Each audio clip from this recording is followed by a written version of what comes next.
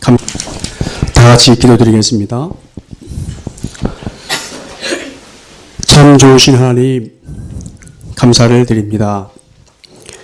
따뜻한 봄날에 온 교우들이 함께 모여 하나님께 예배를 드릴 수 있게 하여 주셔서 감사를 드립니다. 하나님,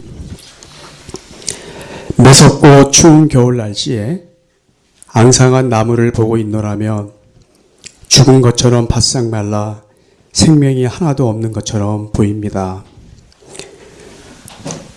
바람 부는 대지에는 누렇게 힘없이 휘날리는 이름 모를 들풀들을 보면서 과연 이 식물들이 살아있을까 의문이 들 때가 있습니다. 하지만 하나님께서는 모든 자연 만물에 때를 따라 이른 비와 늦은 비를 주시고 따뜻한 계절을 허락하여 주셔서 산천 초목이 저마다 아름다운 잎과 꽃들을 피워 창조주 하나님께 찬양을 드리게 됨을 저희들의 눈으로 보고 느끼고 만질 수 있게 하여 주셔서 감사를 드립니다. 하나님, 이 산천 초목은 많은 고난과 역경을 겪고 있을 때에도 하나님의 때를 기다렸습니다. 이 산천 초목은 추운 겨울과 타들어가는 메마른 가뭄 속에서도 하나님의 때를 기다렸습니다. 또한 이 산천 초목은 아무도 알아주지 않고 주위의 시선과 관심을 받지 않았을 때에도 하나님의 때를 기다렸습니다. 하나님께서는 그리스도의 핏값으로 우리의 자녀들과 청년들과 주의 성도님들을 사시고 또한 저에게 구원을 허락하셨습니다. 하나님, 저희가 이 산천 추목보다 못한 존재입니까? 너무 마음이 아프고 우울하여 하나님을 찾지 못할 때가 많았습니다. 육신이 연약하고 병들어가고 있을 때에도 하나님을 찾지 못할 때가 많았습니다. 하나님의 약속이 더디 이루어지는 것들에 대해서 인내가 부족하여 포기하고 말았습니다. 어려운 결정, 결심, 선택의 순간이 있을 때마다 하나님보다는 지인들을 찾아가 먼저 도움을 구하고 부탁을 드렸습니다. 자녀들의 연약함과 진로를 걱정하면서도 하나님의 약속이 없는 것 같아 우리의 결심과 결정에 따라 선택하기도 했습니다. 하나님께서는 우리에게 모든 것을 주셨고 모든 것을 주 안에서 누리라고 명령하셨으며 주의 이름으로 나아오는 모든 자들에게 하나님의 자녀가 되는 권세와 특권을 주셨습니다. 무엇을 두려워하고 주저하며 하나님께 나아올 때 무엇이 아까워 뒤를 돌아보겠습니까? 하지만 저희는 너무나 연약한 존재이고 죄인이기에 늘 시험에 들고 후회하며 쉽게 포기하기도 합니다.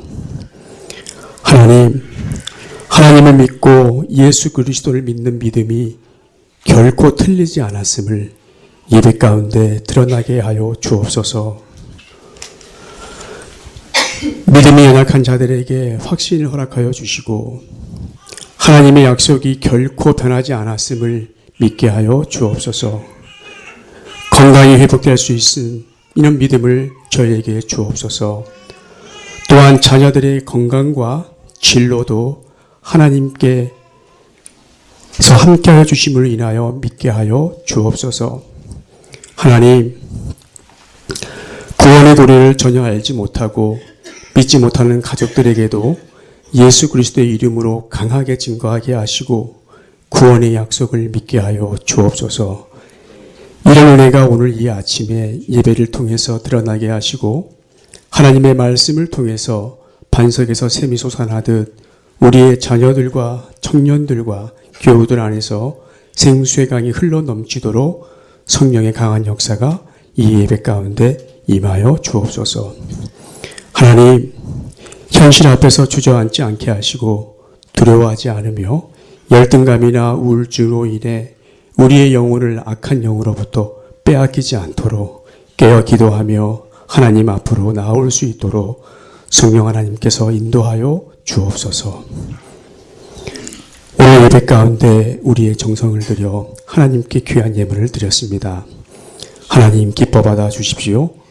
이 예물이 쓰여지는 곳곳마다 주의 영광만이 온전히 드러나기를 간절히 소원을 드립니다. 하나님, 오늘도 이 아침에 삼위일체 하나님께 찬양을 통해 헌신하는 우리 성가대의 찬양을 기뻐 받아 주십시오. 찬양을 드릴 때 저희도 우리의 마음을 담아 아멘으로 화답하게 하옵소서. 우리 모두가 하나님의 존전 앞에서 예배를 드리듯 감사함으로 예배드리게 하시고 말씀을 전하여 주시는 우리 목사님께 성령 하나님께서 힘있게 붙들어 주옵소서. 하나님의 약속과 때를 기다리며 예배를 드리는 성가교회 위에 하나님의 영광만이 온전히 드러나기를 소망하며 예수님의 이름으로 기도드렸습니다. 아멘.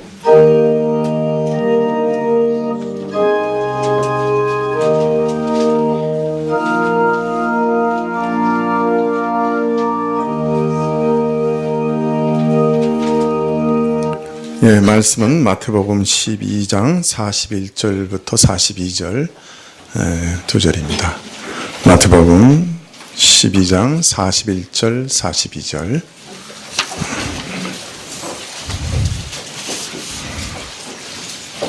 예, 신약 20쪽인데요. 예, 마태복음 12장 41절 42절 찾으신 줄 알고 봉독해 드리겠습니다. 심판때 니느웨 사람들이 일어나 이 세대 사람을 정죄하리니 이는 그들이 요나의 전도를 듣고 회개하였음이거니와 요나보다 더 큰 이가 여기 있으며 심판때 남방 여왕이 일어나 이 세대 사람들을 정죄하리니 이는 그가 솔로몬의 지혜로운 말을 들으려고 땅 끝에서 왔으며 니와 솔로몬보다 더 큰 이가 여기 있느니라. 네.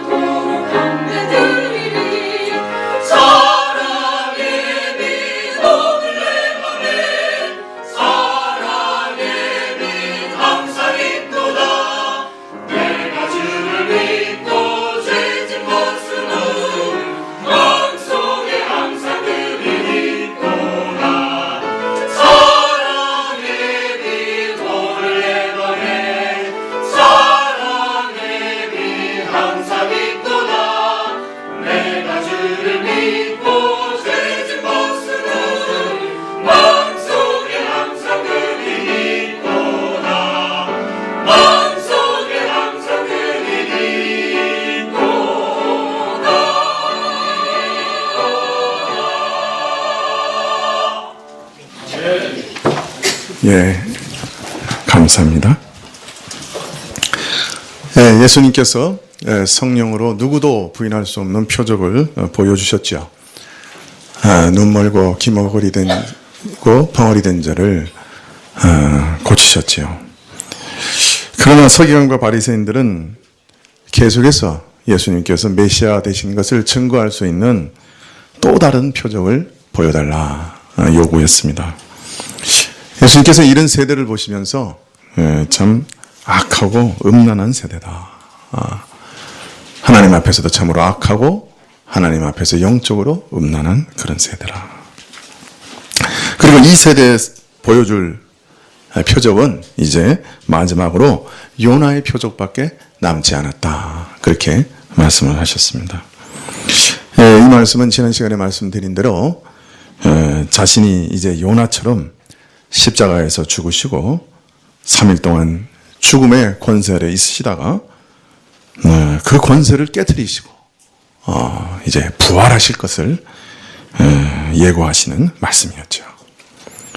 그리고 동시에 이 말씀은 예수님의 이러한 죽음과 부활은 요나의 표적처럼 이 세대에 하나님의 무서운 죄에 대한 진노와 심판을 생생하게 증거하는 표적이 될 것이요. 동시에 불순종과 부패 가운데 죽은 우리가 이제 하나님을 향해 새롭게 거듭나는 새로운 부활을 얻게 될 것을 증거하는 표적이 될 것이다. 뿐만 아니라 예수님의 죽으심과 부활은 요나의 표적이 미리 예고하였던 것처럼 이스라엘이 새롭게 되는 그 표적도 될 것이다. 지금까지 불순종하여 이방의 복음을 전하는 것을 거부했던 이스라엘이 이제 완전히 새롭게 되어서 새로운 교회가 되어서 땅끝까지 복음을 전하는 그런 역할을 이제 감당하게 될 것이다. 그렇게 말씀하셨던 것이죠. 자, 그런데 만일 이 표적, 이 마지막 표적까지 거부하게 되면 그때는 어떤 일이 일어날 것인가? 그 일의 심각성을 오늘 말씀에서 이렇게 말씀하십니다. 41절에 심판 때 니느웨 사람들이 일어나 이 세대 사람들을 정죄하리니 이는 그들이 요나의 전도를 듣고 회개하였음이오니와 요나보다 더 큰 이가 여기 있으며 심판 때 남방 여왕이 일어나 이 세대 사람을 정죄하리니 이는 그가 솔로몬의 지혜로운 말을 들으려고 땅 끝에서 왔음이오니와 솔로몬보다 더 큰 이가 여기 있느니라. 마지막 심판 때 니느웨 사람들이 일어나서 이 악하고 음란한 세대를 정죄하게 될 것이다. 왜냐하면 저들은 참 하나님도 잘 알지 못했던 이방인들이었는데 이스라엘의 선지자 요나가 전하는 말씀을 듣고 회개하였어요. 니느웨 사람들은 요나를 통해 선포되는 하나님의 말씀에 귀 기울였습니다. 비록 매우 짧은 요나의 사역이었지만 그 말씀을 두려워하면서 회개하고 용서하시고 심판에서 건지시겠다는 회개하면 용서하시고 심판에서 건지시겠다는 하나님의 약속을 믿고 의지했습니다. 그래서 마지막 심판 때는 이런 믿음을 가진 니느웨 사람들이 오히려 이 악한 세대의 불신앙을 정죄하게 될 것이다. 이렇게 말씀하고 계십니다. 심판 때 남방 여왕이 이 세대 사람을 정죄하게 될 것은 하나님께서 솔로몬에게 주신 신령한 지혜의 소문을 듣고서 여왕이 땅끝 먼 곳에서부터 와서 귀 기울였기 때문이다. 그렇게 말씀합니다. 열왕기상 10장에 보면 스바 여왕이 솔로몬을 찾아온 것을 기록하고 있습니다. 여러분 성경은 안 읽어보셨어도 다 아시죠? 안 읽어보신 분도 모르죠. 또 세대가 차이 나니까. 우리 이전 세대에 보면 그 시바 여왕과 솔로몬 뭐 이런 영화도 나오고 그랬는데, 야, 역시 세대 차가. 여러분, 솔로몬은 정말 우리가 잘 아는 대로 하나님으로부터 지혜와 지식을 선물로 받았습니다.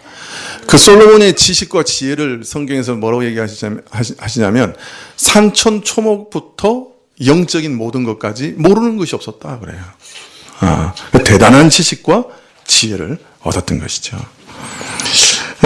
그런데 솔로몬은 또 이런 지혜로 이스라엘을 참으로 잘 다스린 왕이었죠. 그래서 이스라엘에게 은으로 하여금 길거리에 돌과 같이 흔하게 하였고 백향목으로, 백향목은 건축 자재에 쓰이는 아주 귀한 나무인데 백향목으로 평지에 뽕나무 같이 흔하게 만들었다. 즉 경제적으로 굉장히 풍성하게 했다는 것이죠. 군사적으로도 애굽에서 말과 또 전차를 수입해서 참 막강한 군사력을 키웠습니다. 이와 같이 번영하며 풍성하여서 참 하나님 백성 이스라엘이 얻게 될 장차 놀라운 영광을 미리 보여주고 외적으로 표시해 주었던 것이죠. 또 이러한 솔로몬에 관한 소문은 듣는 사람들로 하여금 또 국가를 경영하는 사람들이라고 하면 야, 나도 참 저런 나라를 만들었으면 좋겠다 하는 소망과 나도 좀 그런 지혜를 얻었으면 좋겠다 하는 기대, 이런 것들을 불러일으켰습니다. 그래서 열왕기 4장 34절에 보면 많은 왕들이 먼 길을 마다하지 않고 그 나라의 경영하는 지혜를 배우고자 솔로몬에게 왔다, 그렇게 말하고 있습니다. 많은 나라들의 왕들이 솔로몬에게 직접 왔다는 거예요. 주나라 무왕, 그러니까 중국의 주나라를 실질적으로 세운 사람이 무왕이거든요. 이 무왕의 전기를 보면 그가 서편으로 가서 서왕모라고 하는 사람을 만났다고 그래요. 그래서 국가 치도의 지혜를 배웠다 그럽니다. 한자로 서쪽에 있는 왕, 그 다음에 어머니 모자예요. 그러니까 서왕모. 그래서 중국 사람들은 어떻게 생각했냐면 솔로몬이 서쪽으로 가서 어떤 여자를 만났나 보다. 어머니 모자니까 서왕모. 그런데 원래 히브리 발음으로 솔로몬은 셜로모거든요. 셜로모. 뭐 닮았죠? 서왕모. 그죠? 셜로모. 네. 주나라 무왕이 서쪽으로 가서 국가 치도의 지혜를 배웠다 그래요. 물론 약간 차이는 있어요. 한 100년 정도. 근데 그거는 뭐 연대 측정하기 나름이라서 하여튼 이런 치국의 도를 수많은 나라의 왕들이 와서 배웠다, 그렇게 얘기하고 있습니다. 특별히 열왕기상 10장에 보면 이 스바 여왕이 온 것에 대해서 기록하고 있습니다. 스바라고 하는 데는 지금의 아마 에티오피아, 북아프리카에 있는 에티오피아나 그 홍해 건너편에 있는 예멘, 아마 그 정도의 지역으로 생각을 해요. 그러니까 그 지금의 이제 에티오피아나 그 예멘 이런 쪽을 다스리고 있었던 여왕이 찾아온 거죠. 근데 그가 가져온 그 예물이 어마어마했어요. 그 이스라엘이 그 이후에도 그런 예물을 본 적이 없다고 말할 정도로 어마어마한 예물을 갖고 찾아온 거예요. 왜 찾아왔는가? 자기가 궁금한 것들을 많이 질문하기 위해서 찾아왔죠. 그런데 이제 이 스바 여왕이 남김없이 자기가 궁금한 것을 다 질문했다고 성경에 기록하고 있습니다. 그리고 솔몬 왕의 그 궁전과 그 모든 그 시설들을 보면서 그냥 입이 딱 벌어져가지고, 야, 당신의 그 소문은, 참 당신의 그 지혜와 그 당신의 치세의 영광에 대한 소문을 내가 멀리서 들었는데, 그 소문보다 당신은 훨씬 더 지혜롭고 더 놀랍다. 그렇게 경탄에 맞지 않았죠. 자, 이 세대의 책임이 참으로 무겁고 중요한 것은 지금 저들이 거부하는 예수님께서는 요나보다 더 크시고 솔로몬보다 더 크신 분이신 거예요. 요나의 권고를 받아들인 이방인들과 비교하면, 또 솔로몬의 지혜를 사모해서 수천 킬로미터를 마다하지 않고 찾아와서 그 지혜에 감탄하고 경탄했던 이방 여왕과 비교하면 요나보다 더 크시고 솔로몬보다 더 크신 분의 권고를 보고 듣고 그러고 나서 거부하고 모욕하고 회방하는, 참 저들의 죄는 얼마나 어처구니 없는 것이고 얼마나 심각한 것인가, 얼마나 큰 것인가. 예수님께서는 그걸 말씀하고 있습니다. 예수님께서는 예수님을 거부하고 모욕하는 저들의 죄의 심각성을 이렇게 지적하신 것이죠. 자, 예수님께서 바리새인들과 서기관들의 죄를 지적하시고 그 심각성을 깨우치시는 말씀을 오늘 읽었습니다만은, 우리는 여기서 또 동시에 아주 중요한 사실을 발견하게 됩니다. 우리가 마태복음 11장과 12장 전체적인 문맥은 어떤 문맥이라고 했죠? 예수님이 사역하시고 예수님이 말씀을 전하시자 그 말씀에 대한 반응을, 이스라엘의 반응을 기록하고 있다고 했죠. 그래서 제일 처음에 세례 요한의 반응을 기록하고 대중의 반응을 기록하고 그 다음에 바리새인과 서기관들의 반응을 기록하고 있습니다. 맨 마지막에 이제 우리가 앞으로 읽을 건데 예수님의 가족들, 친척들의 반응이 이제 기록되어 있습니다. 그런데 그 전체적인 문맥 가운데 12장에서는 특별히 뭘 기록하고 있다고요? 바리새인과 서기관과의 논쟁을 통해서 구약 성경에 기록된 메시아, 즉 예수님과 구약과는 어떤 관계가 있는가 하는 것에 대한 아주 중요한 말씀이 기록되어 있다고 말씀드렸습니다. 그래서 우리가 쭉 살펴보니까 예수님께서 스스로 맨 처음에 뭐라고 그러셨어요? 구약과 관계에서 자신이 성전보다 더 큰 이가 여기 있다 그러셨죠. 그 다음에 안식일의 주인, 안식일의 제정자, 안식일의 참 본질을 이룰 참된 주인이 여기 있다. 안식일의 주인이 여기 있다 그러셨죠. 또 백성들은 그러한 예수님의 놀라운 표적과 능력을 보고서 뭐라고 얘기했어요? 저가 다윗의 자손이 아니냐, 즉 메시아가 아니냐, 그렇게 다 탐복하고 바라보았습니다. 자, 오늘 그런데 또 여기 예수님이 누구신가 하는 것에 대해서 아주 중요한 계시가 여기 나옵니다. 아주 중요한 계시가 나옵니다. 예수님께서는 스스로 말씀하고 계십니다. 자신이 누구시라고요? 요나보다 더 큰 이가 여기 있다. 그리고 더 놀라운 말씀을 하시기를 솔로몬보다 더 큰 이가 여기 있다. 예수님이 직접 말씀하신 것, 뭐보다 더 큰 이가 여기 있다 하는 시리즈로 보면 제일 먼저 성전보다 더 큰 이가 여기 있다. 다음에 요나보다 더 큰 이가 여기 있다. 그 다음에 솔로몬보다 더 큰 이가 여기 있다. 이 세 가지를 예수님이 직접 자신의 입으로 말씀하셨어요. 여러분, 요나는 어떤 사람이 대표하다고 할 수 있겠어요? 구약에? 예, 이스라엘이 장차 새롭게 거듭나서 온 민족까지 하나님의 놀라운 은혜를 전달하게 될 것을 예언했던 선지자라고 할 수 있겠죠. 그러니까 선지자를 대표하는 사람이라고 할 수 있겠죠. 솔로몬은 이스라엘 왕 중에 아주 대표적인 왕이죠. 네, 왕을 대표한다고 할 수 있습니다. 예수님께서는 구약의 선지자보다 더 큰 자요, 구약의 어느 왕보다 더 큰 자라고 지금 말씀하고 계시는 거예요.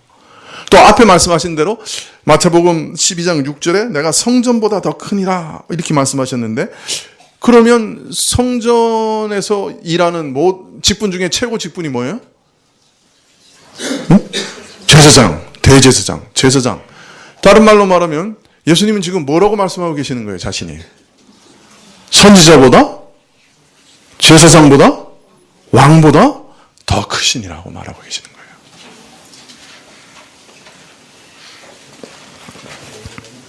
거예요. 네, 선지자보다, 왕보다, 제사장보다 더 크신 이가 여기 있다. 이렇게 스스로 말씀하고 계시는 거예요.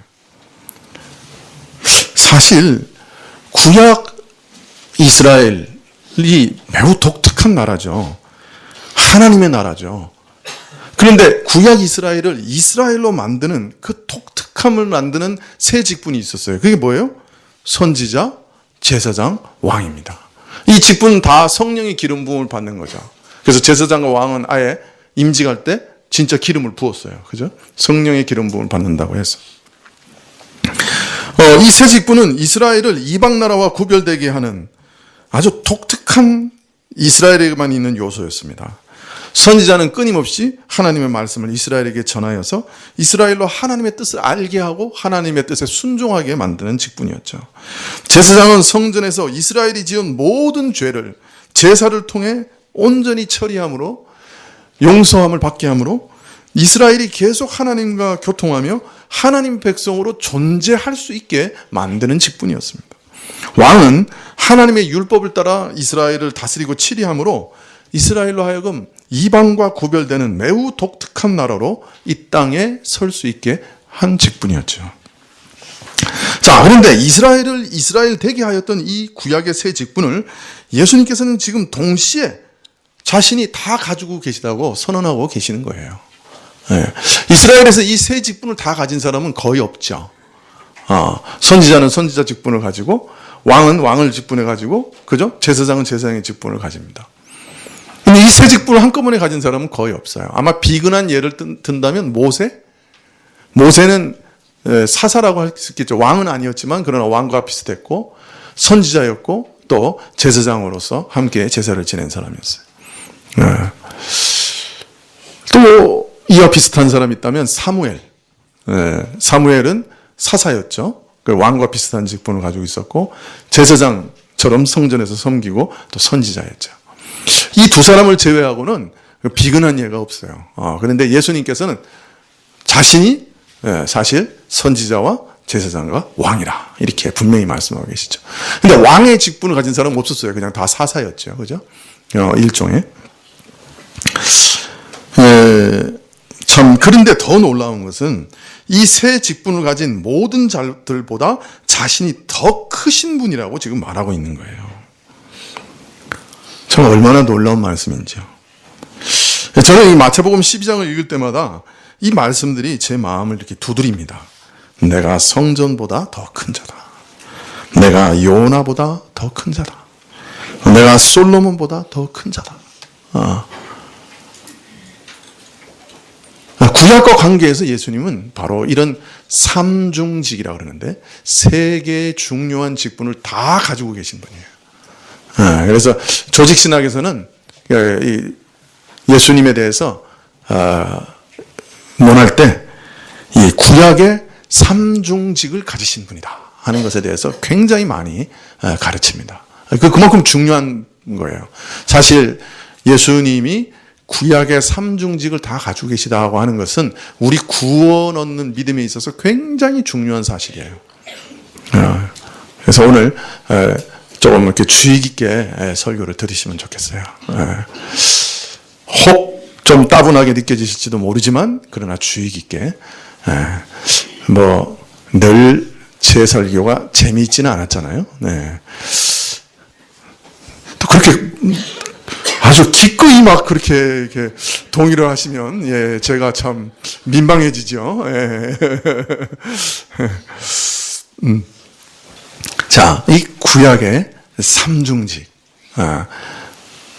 선지자, 제사장, 왕직이 예수님 안에 다 이렇게 모아진 거예요. 그래서 예수님은 이 세 가지 직분을 다 가지셨어요. 자, 우리는 예수님이 누구십니까? 라고 말하는 질문에 사실 우리가 예수님을 믿는다고 할 때 어떤 예수님으로 믿느냐 하는 게 굉장히 중요하잖아요. 그것을 우리가 참 붙잡아야 되는 제일 중요한 거잖아요. 그래서 예수님이 누구시냐 하는 질문에 성경은 제일 먼저 뭐라고 대답하시냐면 예수님은 그리스도시요 하나님의 아들이십니다. 이렇게 대답하세요. 그죠? 이게 베드로가 그죠? 가이사랴 빌립보에서 너희들은 나를 누구라 하느냐 할 때 베드로가 고백한 말이에요. 그죠? 주는 그리스도시요 살아계신 하나님의 아들이십니다. 그럴 때 예수님이 뭐라 하셨어요? 바요나 시몬아, 그것은 사람이 너에게 알려준 게 아니다. 하나님만이 알려주실 수 있는 거다. 이제 그렇게 말하죠. 그래서 우리는 예수님이 누구십니까? 라고 말하면 우리는 이렇게 고백해야 돼요. 예수님은 그리스도시요 하나님의 아들이십니다. 그럼 하나님의 아들이라는 뜻은 무엇이죠?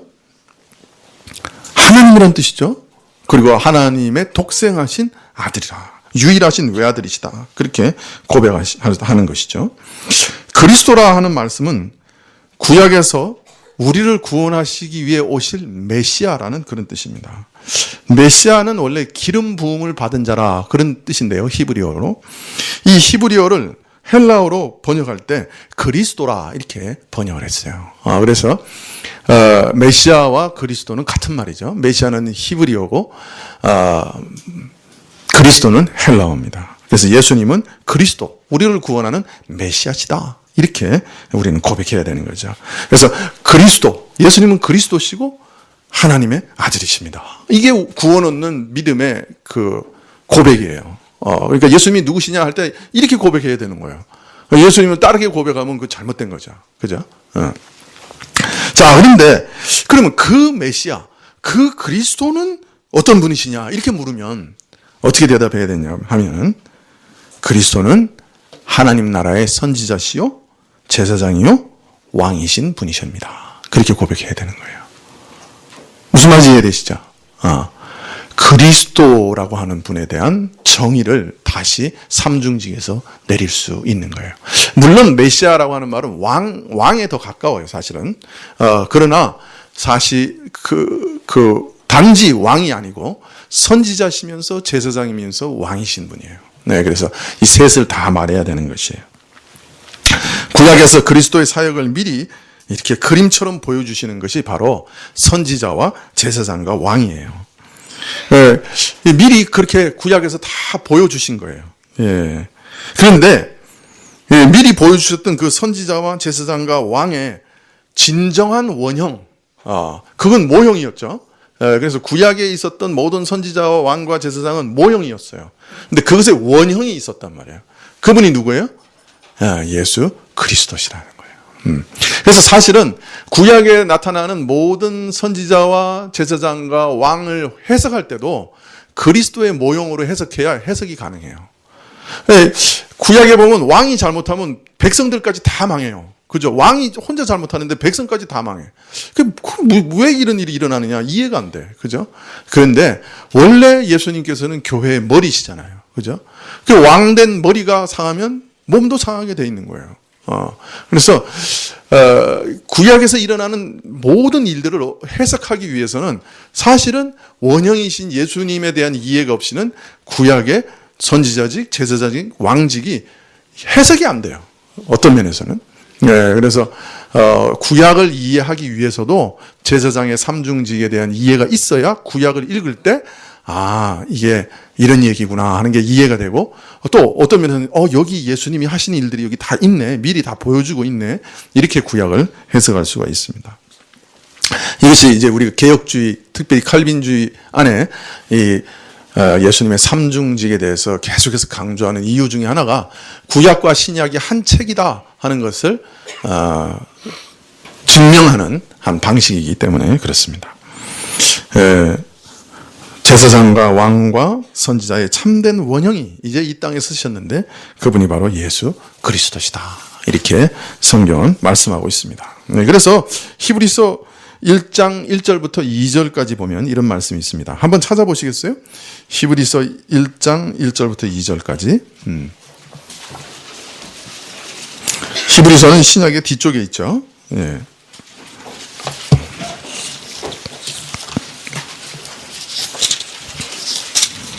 히브리서 1장 1절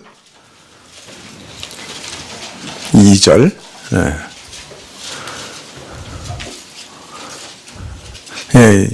제가 이거 스크린에 이거 다 띄우면 편하게 보실 수 있는데요. 제가 안 하고 있는 이유는 돈이 없어서도 아니고 기술이 없어서도 아니고 능력이 없어서도 아니고 여러분이 성경 찾아보시라고 하는 거예요. 찾아봐야 돼요, 자꾸. 안 그러면 성경 순서도 자꾸 잊어버려요. 자, 히브리서 1장 1절부터 2절 한번 같이 읽어볼까요? 시작.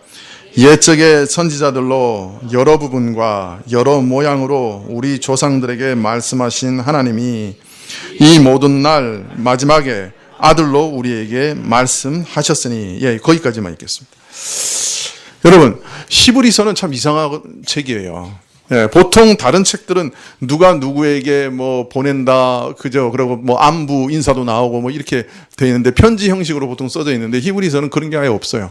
아주 단도직입적으로 딱 이 말부터 시작해요. 하나님의 뜻을 계시하는 역사가 그 아들 예수 그리스도로 통해 이제 궁극적으로 완성됐다. 딱 이 말부터 시작해요. 마지막에 종국의 아들로 우리에게 말씀하셨다. 이렇게 선포하고 있어요. 이 말은 하나님의 뜻을 지금까지 드러내시고 실행해 오신 그 구약의 모든 계시의 역사가 이제 예수 그리스도 안에서 궁극적으로 종결됐다, 완결됐다. 이렇게 말씀하시는 거예요. 그러면 뒤에 사도들의 책은 뭐지? 그것은 완결된 계시에 대한 해석일 뿐이죠. 그래서 모든 구약의 계시가 어디에서 종결이 됐다고요? 예수님으로부터 완성됐다, 종결됐다. 그렇게 선포하고 있는 거예요. 옛적의 선지자들로 여러 부분과 여러 모양으로 우리 조상들에게 말씀하신 하나님이 이 모든 날 마지막에 아들로 우리에게 말씀하셨다. 아들로 우리에게 말씀하셨다. 이걸로 딱 시작해요. 히브리서는 아주 독특한 책이죠. 아들로 우리에게 말씀하셨다. 하나님께서는 이전 세대에도, 즉 예수님께서 이 세상에 오시기 전에도 자기의 뜻을 드러내어 알리지 않으신 게 아니었죠. 조상들에게 선지자들을 많이 보내셨어요. 그래서 선지자들로 참 여러 가지 다양한 방식과 여러 가지 모양으로 말씀을, 계시를 주셨죠. 이 세대에는 이 선지자를 통해서 이런 모양으로 한 부분을 알려주셨고, 저 세대에는 저 선지자를 통해서 또 저런 모양으로 한 부분을 알려주셨죠. 물론 이 세대, 이런 여러 세대, 여러 선지자들을 통해서 말씀하신 내용이 각각이요 서로 다르고 서로 상충하였다는 뜻은 결코 아니죠. 예전에도 사실 선지자를 통해서 일하시는 분은 그 선지자들 안에 계셨던 그리스도의 영이었다고 베드로전서 1장 11절에 분명히 말씀하고 있습니다. 즉 선지자들 자신이 예언했지만 그 안에 그리스도의 영이 계셨기 때문에 그리스도의 영이 그 모든 것을, 그 말씀들을 주신 것이죠. 그런데 마지막 날 이제 그리스도께서 친히 이 땅에 오셔서 말씀하셨으니 이전에 선지자가 말한 것과 예수님이 말씀하신 것이 서로 다르거나 상충되는 일이 결코 있을 리가 없는 것이죠. 다만 하나님께서 조상들에게, 이전 세대들에게 여러 가지 모양으로 부분적으로 말씀해 오셨던 계시의 역사가 하나님께서 아들 예수 그리스도로 말씀하시는 때에 이르러서는, 마지막 때에 이르러서는 궁극적으로 완성되었다, 그렇게 말씀하고 있는 것입니다. 그리스도는 정말 하나님의 형상이셨죠. 그래서 이제 그리스도를 바라보는 자들은 하나님이 어떤 분인지를 알게 되었죠. 아, 하나님은 정말 이런 분이시구나 하고 그리스도를 보면 깨닫게 되었던 것이죠. 그리스도는 또 아버지 품속에 계신 독생하신 하나님이셨죠. 어느 때 어느 누구도 하나님을 본 적이 없었지만 이제 예수님을 보면 그 인격과 말씀과 행하시는 일을 통해 하나님이 누구신지를 참되게 알 수 있었습니다. 그래서 하나님의 계시의 역사가 예수님에 의해서 완성되었다고 말할 수 있습니다. 이처럼 모든 선지자들에게 말씀을 주셨던 예수 그리스도께서 마지막에 이 땅에 오셔서 자신의 영으로 지금까지 선지자들에게 역사해 오셨던 그 모든 일을 이제 이루시고 참으로 하나님을 보여주시고 계시의 마침이 되어 완성이 되었던 것입니다. 그러므로 예수님께서는 구약의 모든 선지자보다 더 큰 선지자일 수밖에 없지요. 구약의 모든 선지자들에게 말씀을 주셨던 참 선지자니까 그 모든 선지자보다 더 큰 선지자일 수밖에 없지요. 자, 히브리서 5장 1절부터 6절에는 이런 말씀이 있습니다. 한번 히브리서 5장 1절부터 6절을 보시겠습니까?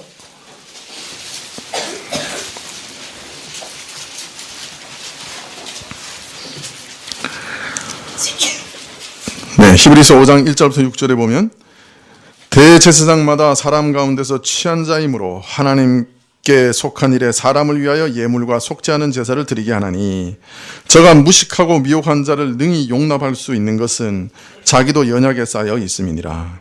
이러므로 백성을 위하여 속죄제를 드림과 같이 또한 자기를 위하여 드리는 것이 마땅하니라. 이 종기는 아무나 스스로 취하지 못하고 오직 아론과 같이 하나님의 부르심을 입은 자라야 할 것이니라. 또한 이와 같이 그리스도께서 대제사장이 되심도 스스로 영광을 취하심이 아니요 오직 말씀하신 이가 저더러 이르시되 너는 내 아들이니 오늘날 내가 너를 낳았다 하셨고 또한 이와 같이 다른 데 말씀하시되 내가 영원히 멜기세덱의 반차를 쫓는 제사장이라 하셨으니. 네, 먼저 구약의 대제사장마다 예물과 속지 않은 제사를 드리게 하기 위하여 사람 가운데 취한 자다 이렇게 말하고 있습니다. 그죠? 대제사장은 바로 사람의, 우리 백성의 죄를 위해 세워진 직분이죠. 하나님께 희생제물을 드려서 백성의 죄를 담당하게 세운 사람입니다. 하나님을 대적하여 범죄한 죄인들을 위해서 속죄의 제사를 드림으로 참 죄로 인하여 진노하시는 하나님과 죄인들을 화목하게 하는 그런 직분이었죠.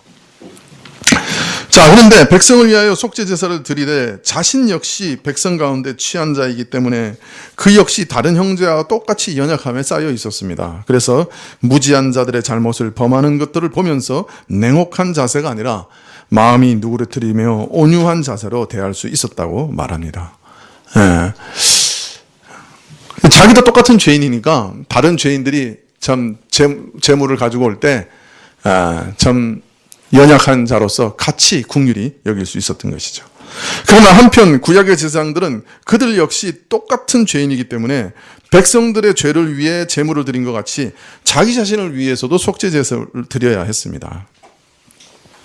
이 말은 제사장 역시 죄인이었기 때문에 엄격하게 얘기하면 이들이 백성의 죄를 감당할 능력이나 자격이 없었다 하는 것을 말하는 것이죠. 그러니까 자기가 죄인이기 때문에 자기도 다른 사람의 죄를 보면서 긍휼히 여길 수 있는 장점이 있었고, 그러나 또 하나 자기도 죄인이니까 자기 자신을 위해서도 속죄를 해야 되는 거예요. 자, 그렇다면 이 제사장이 백성들의 죄를 위해서 역사하고 사역하고 그 죄를 감당할 능력과 자격이 있느냐? 사실은 아니라는 거예요. 능력과 자격이 없는데도 백성의 죄를 담당하는 직분으로 세워졌다는 것은 앞으로 자격을 갖춘 온전한 대제사장이 나타나야 된다고 하는 것을 말하는 것이고, 또 그가 오시기를 기다릴 수밖에 없다 하는 것을 또한 보여주고 있는 것입니다. 또 이러한 제사장 직분은 똑같은 죄인들 가운데서 세워지는 것이기 때문에 스스로 취할 수 없다. 내가 그 제사장 하겠습니다 라고 나설 수 없다는 거예요. 왜? 하나님이 받으시지 않죠. 그죠? 다 죄인이기 때문에. 그래서 하나님이 특별히 죄인 중에 너가 이거 해라 하는 사람만 감당할 수 있었다는 거예요. 그래서 누가 그것을 감당했다 그래요? 아론이 감당을 하고 그 아론의 자손들이 계속 감당하게 되었다는 것입니다. 자, 그런데 이것은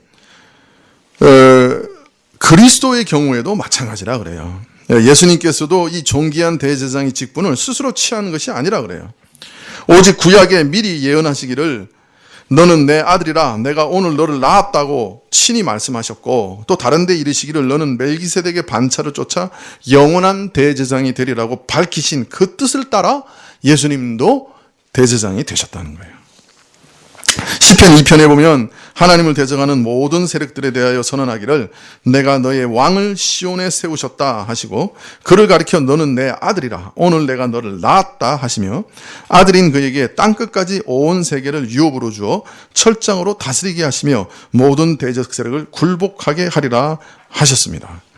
여기서 내가 오늘 너를 낳았다 하는 말은 사실은 문맥을 따라서 나중에 이제 히브리서나 시편을 이제 강의할 때 말씀드리겠지만 예수님의 부활을 지칭합니다. 그래서 예수님께서 부활하심으로, 부활하시는 것을 낳았다고 표현했어요.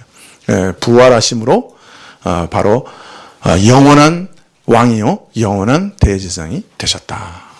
물론 하나님의 영원한 아들로 낳으심을 받았다, 그런 의미도 있다고 보통 생각하지만 특별히 여기서는 부활을 얘기합니다.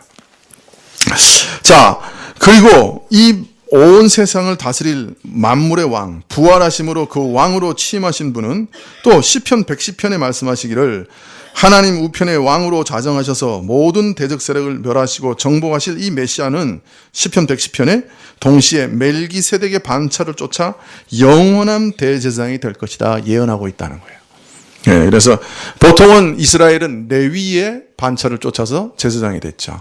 그런데 예수님은 아브라함이 11조를 바쳤던, 그러니까 레위하고는 비교할 수 없는 그런 멜기세덱의 반차를 쫓아 대제사장이 되셨다라고 오늘 말하고 있습니다. 그래서 예수님은 사실 왕과 대제사장이 되신다 하는 것을 이렇게 미리 예언하고 있는 것이죠. 다만 옛 이스라엘의 대제사장과는 달리 그리스도께서는 이제 영원한 대제사장이 되신 겁니다. 왜냐하면 선대 대제사장이 죽으면 그 다음 때가 계승하여 쭉 이어져 온 구약의 대제사장들과 달리 이제 그 위가 폐하여지지 아니하고 영원토록 다스리게 될 왕이 되셨고, 단 한 번의 완전한 제사로 자신의 피를 제물로 삼아, 자신을 제물로 삼아 자기 피로 하늘의 성소까지 들어가셔서 죄인들의 죄를 단번에 확정적으로 완전하게 영속적으로 대속하셨어요. 그래서 백성을 위하여 하나님의 우편에서 지금도 항상 간구하시는 영원한 대제사장이 되신 겁니다. 마지막으로 누가복음 1장 31절 이하를 보면 보라, 내가 수태하여 아들을 낳으리니 그 이름을 예수라 하라. 저가 큰 자가 되고 지극히 높으신 이의 아들이라 일컬음을 얻을 것이요 주 하나님께서 그 조상 다윗의 위를 저에게 주시리니 영원히 야곱의 집에 왕노릇 하실 것이며 그 나라가 무궁하리라. 이것은 마리아에게 천사 가브리엘이 전한 말씀이죠. 내가 잉태하여 아들을 낳으리니 그 이름을 예수라 하라. 또 그는 큰 자, 위대한 자가 되고 지극히 높으신 이의 아들이라 일컬음을 받을 것이다. 누가복음 1장 32절 마지막 부분에 보면 그 조상 다윗의 위를 저에게 주시리니 영원히 야곱의 집에 왕노릇하게 하실 것이다. 그래서 예수님은 그 조상 다윗을 따라 이스라엘의 영원한 왕으로 이 땅에 오셨다라고 천사가 마리아에게 예언하고 있습니다. 자, 마지막으로 여기서 우리가 주의할 것이 있는데 구약에서는 이 삼직은 따로따로 있었죠. 각 사람에게 나누어진 직분입니다. 예수님은 그 삼직을 다 가지고 계신 분입니다. 그런데 예수님은 어떤 때는 제사장으로, 어떤 때는 선지자로, 어떤 때는 왕으로 그렇게 행하신 게 아니에요. 예수님은 항상 모든 일에 있어서 왕으로, 제사장으로, 선지자로 일을 하셨습니다. 그의 말씀 사역을 한번 살펴보십시다. 말씀을 전하셨기 때문에 우선 선지자로 하나님의 말씀을 선포하신 것이죠.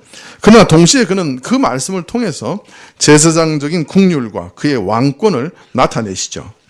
그가 말씀을 통해 병자를 고치시고 죄를 용서하시고 사람들을 자유케 하십니다. 그래서 그가 참 제사장임을 드러내시고요. 또 그는 말씀을 통해서 풍랑까지도 잠잠케 하십니다.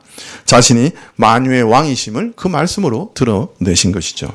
그가 기적을 행하시는 사역에도 마찬가지입니다. 기적은 우선 저를 하나님이 보내신 참 선지자라고 하는 것을 증거하는 참 진리의 표가 되었고, 동시에 그 기적은 각종 공관자들에 대한 하나님의 자비와 긍휼을 계시하는 참 제사장이신 것을 드러내십니다. 또 질병과 죽음과 사탄의 권세를 이기시고 정복하심으로 그가 참된 왕이시라, 온 우주의 만유의 왕이시다 하는 것을 또한 그 기적은 증거하고 있습니다. 같은 한 기적 속에서도 사실은 예수님께서는 선지자요, 제사장이요, 왕으로 함께 일하시고 있고, 그의 모든 말씀과 사역, 그의 모든 기적은 동시적으로 그가 선지자요, 제사장이요, 왕이라고 하는 것을 말하고 있습니다. 네, 그렇기 때문에 예수님의 모든 삶과 행동과 사역과 말씀 안에는 그가 선지자요, 제사장이요, 왕으로 동시에 일하고 계신 것입니다. 무슨 말인지 이해되시죠? 예. 자, 마지막으로 이거 진짜 중요합니다. 지금까지 졸더라도 이제는 눈 떠야 됩니다. 예수님께서 삼중직을 가지고 계시다고 하는 것이 아까 말씀드릴 때 우리 믿음에 굉장히 중요한 거다 이렇게 말씀드렸죠. 예수님이 누구십니까? 라고 물으면 성경적으로 뭐라고 대답해야 되느냐?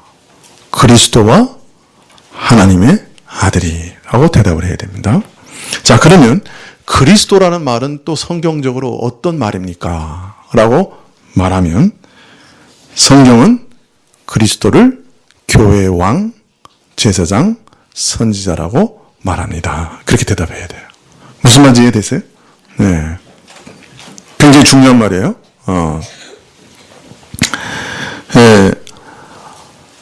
우리가 구원 얻는 신앙은 성경에서 예수님을 누구라고 고백해야 된다고요? 우리가 구원 얻는 믿음에 있어서 중요한 신앙 고백은 예수님은 우리의 그리스도시요 하나님의 아들이십니다. 이렇게 고백해야 된다 그랬죠. 그런데 성경적인 그리스도는 성경에서는 그럼 그리스도를 누구라고 말씀하십니까? 라고 얘기하면 그는 하나님의 나라의 선지자요, 제사장이요, 왕이십니다. 그렇게 고백해야 되는 거예요. 우리는 참 무지하고 어리석기 때문에 선지자이신 예수님이 필요합니다. 그가 구원의 길을 우리에게 인도하시고 계시하셔야 되죠. 그래서 우리는 그리스도의 사역에, 선지자적인 사역에 전적으로 의존하는 존재입니다. 그러나 또한 그에 못지않게 제사장으로서의 그리스도가 필요합니다. 우리를 하나님과 화목할 수 있게 하는 것은 오직 그리스도 한 분뿐이시고 그리스도께서 흘리신 그 보혈의 속죄의 피뿐입니다. 오늘도 우리가 여기 와서 하나님께 예배드릴 수 있는 유일한 근거는 예수님께서 나를 위해 속죄하시고 나를 용서하시고 그가 오늘도 나를 위해 피 흘리시고 나를 정결케 하셨다는 그 한 가지 이유 외에는 우리가 여기 나와서 하나님께 예배드릴 수 있는 근거가 없습니다. 우리는 또한 왕으로서 그리스도가 필요합니다. 그리스도께서 우리에게 율법을 가르치신 대로 그 통치에 우리는 순종하고 따라가야 합니다.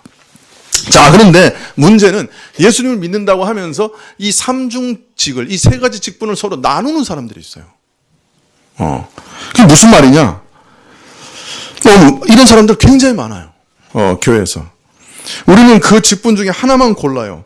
나는 선지자로서의 그리스도만을 사랑합니다. 예수님을 아주 위대한 도덕 선생으로 여기는 사람들이 있어요. 근데 속죄? 나는 그거는 안 믿습니다. 그 피 흘리는 제사? 그건 원시적입니다. 그런 건 난 믿을 수 없습니다. 이렇게 얘기하는 사람들이 있어요. 예수님께서 위대한 도덕 선생인 것은 믿지만 그분이 내 왕인 것은 믿지 않습니다. 내가 그분의 말을 그대로 순종해야 된다고는 난 믿지 않습니다. 어떤 사람이 이렇게 얘기합니다. 예수님을 자신의 제사장으로 믿겠다고 받아들입니다. 죄의 무서운 결과 지옥에서 구원해 줄 구원자로 예수님을 믿습니다. 그리스도를 믿습니다. 이 사람들은 심지어 내가 오직 믿을 것은 그리스도가 행하신 사역밖에 없다고 그렇게 잘 알고 있습니다. 하지만 그리스도를 나의 주와 나의 왕으로 모셔드리지는 않습니다. 진정으로 믿지는 않습니다.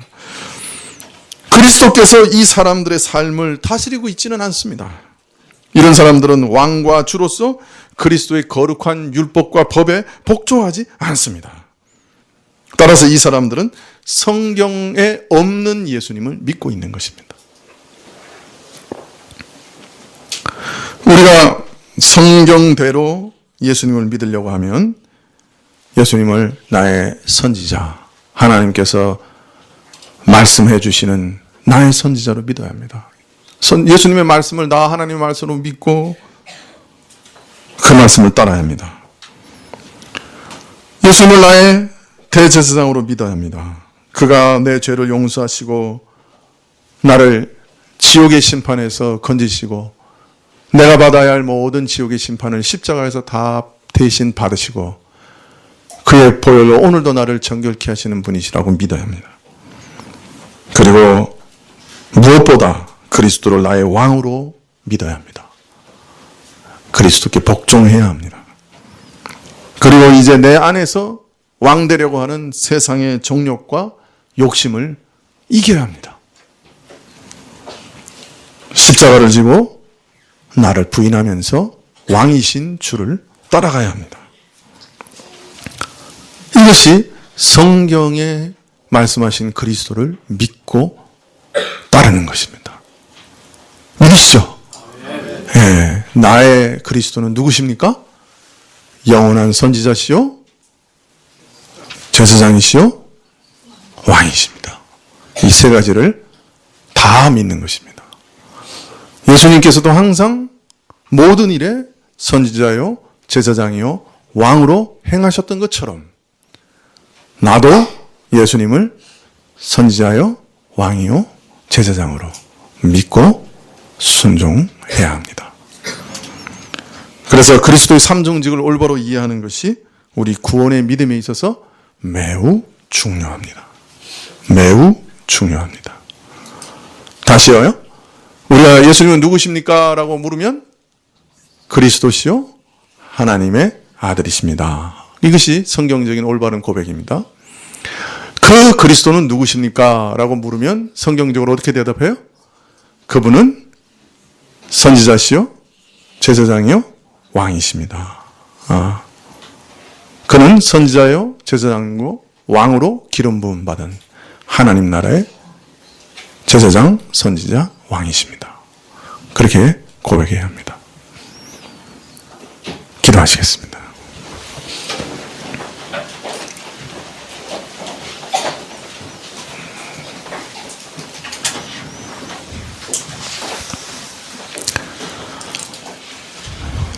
오늘도 제사장이신 예수님께 저희 영혼을 맡깁니다.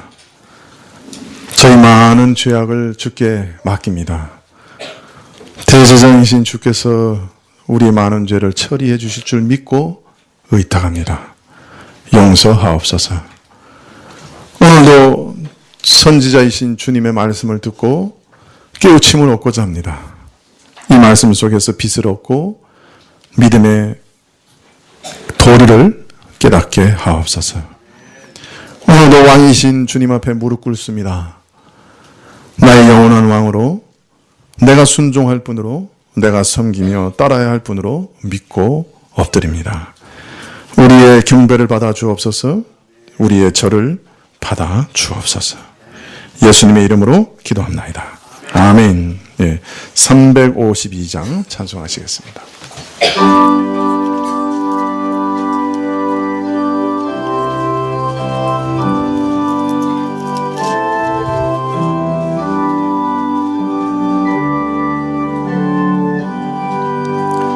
내 임금 예수 내 주여, 이 죄인이 주님 앞에 한없는 은혜 받고서 내 생명 모두 드리오니 그 풍성하신 은총을 주 내게 내려주소서. 내 임금 예수 내 주여, 내 허물은 덮으시고 주 십자가에 흘리신 그 피를 믿는 마음을 보사 그 중한 죄를 사하여 참 평안한 맘 주소서. 내 임금 예수 내 주여, 주 은혜에 감격하여 한없는 감사 찬송을 내 주님 앞에 드리오며 내 마음과 정성 다하여 늘 기뻐하며 살리라.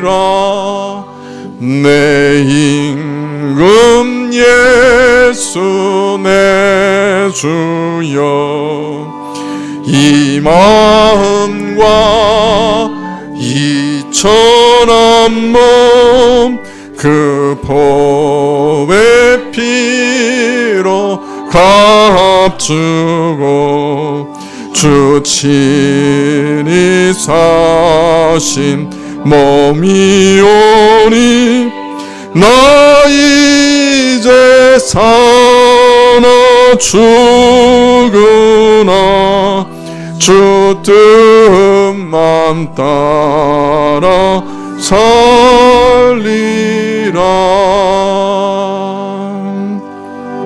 기도하시겠습니다.